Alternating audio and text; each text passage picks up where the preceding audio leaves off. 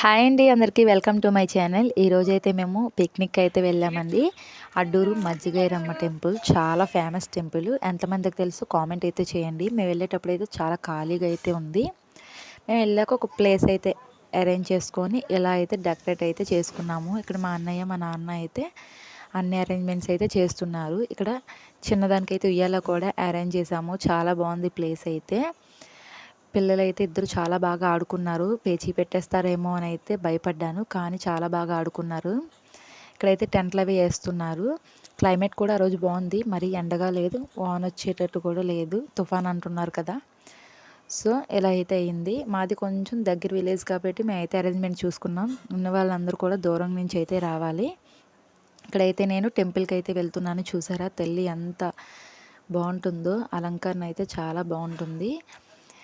ఈ తల్లికి ఒక ప్రత్యేకత అయితే ఉంది. ఇదిగో ఇక్కడ ఒక వృక్షం ఉంది కదా, ఇగో ఇదే ఆ అమ్మవారు.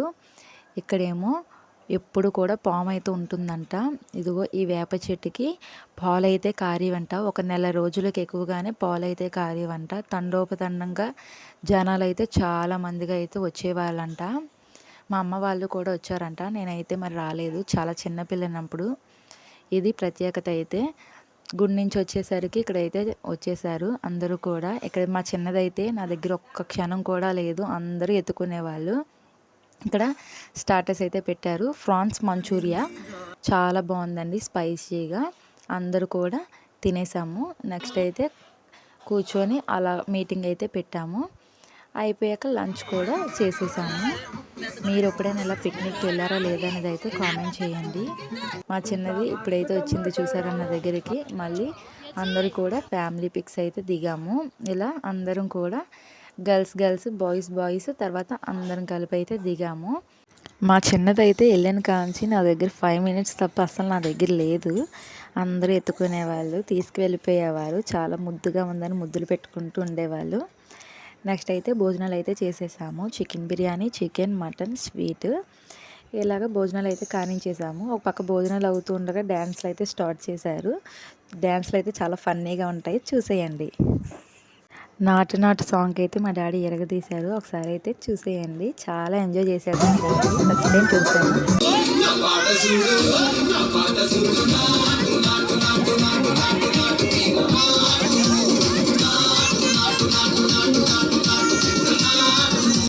అందరూ కూడా మనసు విప్పి అయితే మాట్లాడుకున్నాము. కష్టం సుఖం అన్నీ కూడా పంచుకున్నాము. చాలా బాగా జరిగింది.